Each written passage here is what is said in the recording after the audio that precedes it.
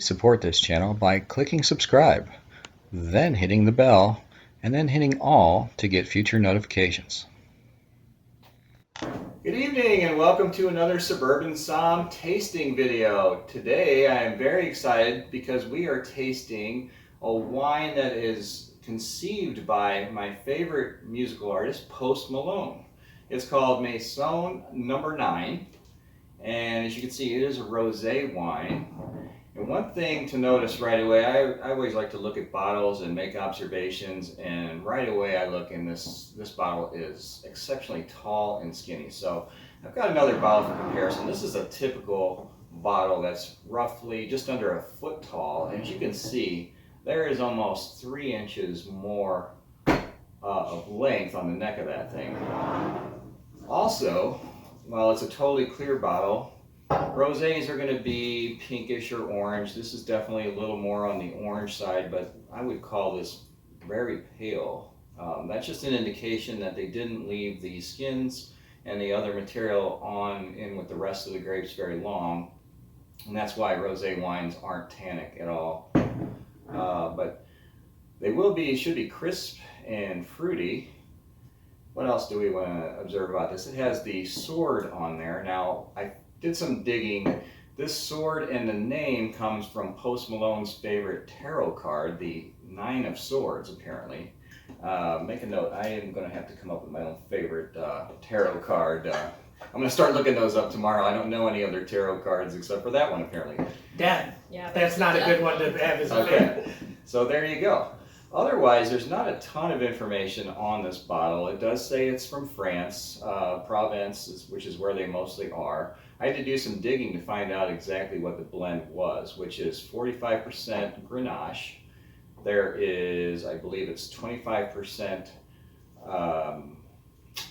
Cinsault, and then 15% each of Syrah and Merlot. Now, when Post and his associates decided they wanted to get into this rosé business, they didn't just go out and find some random grapes in California and slap their name on it. In fact, if you were to look at this bottle, you're not going to find Post Malone's name on here anywhere. So if you were a casual wine purchaser and you were in the store, you would have no idea that he was even behind this wine, which is kind of cool. I like that. So they did go through about 50 blends when they were over in France, trying different ones until they came up with what he really liked, what he thought embodied his tastes, and something that he would just be proud to be associated with. So again, he didn't just pick something that somebody threw in front of him and say, okay, I'm putting my name on this, we're done. So let's go ahead and give this one a try. Scott, where's your corkscrew? We do not need a corkscrew. So actually for rosés, there's really no point in using a cork. A lot of them are going to find are screw tops, and that's just because rosés are really not meant to be cellared. They can be stored upright, and because this bottle is so tall, it actually doesn't stand upright in my refrigerator. And when I tried to put I bought a few bottles. When I tried to put this in the rack, it stuck out so far that I was running into it as I walked by. So if you're going to buy a bunch of these, you're going to want to enjoy these probably pretty quick, and you're going to find that storage could be an issue. But you'll notice that this is neither a cork or a screw top. This is one of these new fangled glass stoppers, which I've seen on a few others, and I really do like these because not only do they do a good job of sealing the wine, but these are actually reusable, which is kind of cool. So I'm going to go ahead, and they're pretty easy to pop off. And as you can see, that's just a stopper with a rubber ring. If you weren't going to drink the whole bottle, we're going to. You could actually pop that back in, put it back in the fridge, and keep it for another day. I don't know how many days you're going to want to keep a rosé, or you could use this on another bottle. It should fit most standard bottles, so pretty cool. Anyway, we're going to go ahead and give this a try. We're going to start with the ladies. And while I'm pouring, I forgot to do introductions. Thank you. We've got to my right, my wife Laura, who's been on the channel a few times.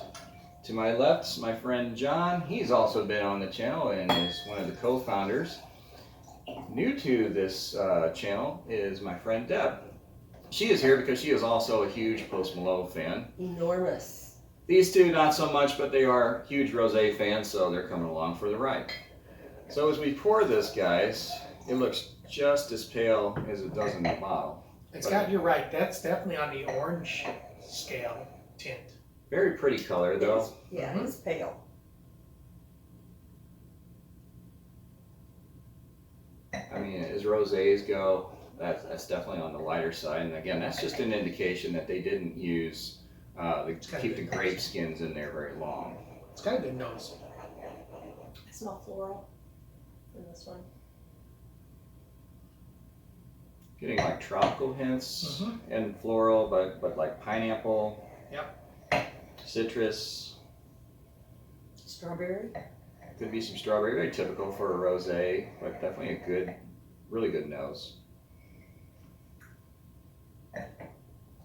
And in case you didn't know, you definitely want to serve your rosés on the cooler side. As you can see from the glass in the bottle, there's a considerable amount of condensation on there. This one was just taken out of the fridge, so it's going to be low 40 degrees Fahrenheit. I believe that's like 13 degrees Celsius maybe. Don't hold me to that. I don't recall my conversions. We'll go ahead and give that a try. It looks like they have. While I'm trying, why don't you guys tell me what you get? Well, I definitely get some strawberry and some pineapple on there.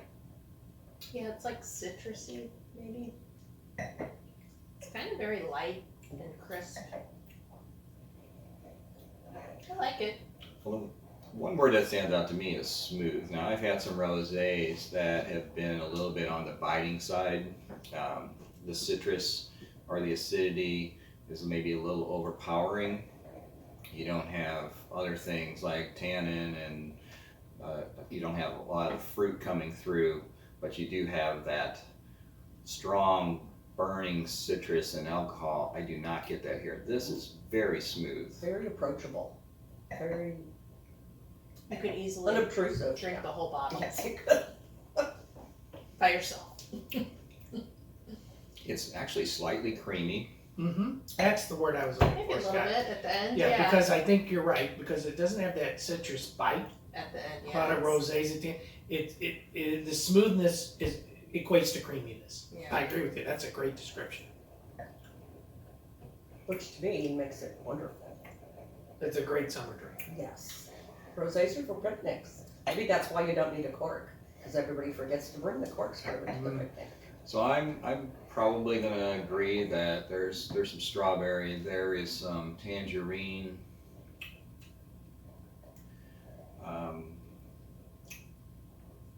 probably a little bit of other citrus in there mixed in, but a very balanced. Yeah, there's Wine. nothing overpowering. Yeah, nothing stands out, nothing just knocks you in the face and says, this is too much that, too much this. I think they really did a good job with this blend. I can see that they spent their time, did their homework, and didn't just throw something out there for the sake of throwing out another celebrity wine. Well, and it's nice to get something from the French side. To find a nice rosé from there. I mean, they're from all over, but we tend to see a lot of California rosés. And it's nice to have something with a little bit different grape in it. Yeah, I can't remember what Bon Jovi's grapes were in his wine, but His that was also that was good too. But a it was, Provence. it was France. From France, yeah. yeah. So as Laura pointed out, this is definitely a good sipping, drinking, porch Easy pounding, drinking. summer refreshing wine. But if that was not your goal and you were wondering about pairing this with food, I would definitely say seafood or possibly a light chicken dish. Even if it had a little bit of a spice to it, this I think would neutralize the spice. And since it's a cold wine that you're going to be serving, it would do well with like a spicy hot dish. But even just a normal, say, shrimp skewers or some sort of just like a white fish, this would just be fantastic with that. I think of a nice cold salad with some good, Yeah. fruit in it Mm-hmm. mixed in there, a little light vinaigrette. And Yeah, and some strawberries. apples. Mhm. I think this would go really good with that too. If you wanted something on on the cooler side during the summer. Well, there you go. So it sounds like the panel here thinks it's a very versatile wine, and somebody has already plowed through theirs. I'm going to go around and get final thoughts. Laura, what do you think? Thumbs up, I like it. All right, Deb? I like it a lot. It's clean and crisp and it's delicious. John? I gotta tell you, I've said in other videos that really have enjoyed rosés over the past couple of years. It used to be a wine that people thought was a cheap wine and all, but we've really found some good rosés, and I would put this in that category. It would be one that I'm happy that I have a bottle of. Yep. I purchased a few bottles, and John decided to get down on my purchase as well, so he's got one. Generally, I will buy up some rosés late winter, early spring as I make some wine purchases, and they're usually gone by Labor Day because we'll drink them. They're great in the summer, Mother's Day, Easter. Tuesday. But yeah, then you're gonna want them. They're not something you're gonna cellar. This probably could stay in your rack for a year or so, but I'm suspecting most people are gonna want to enjoy them right away.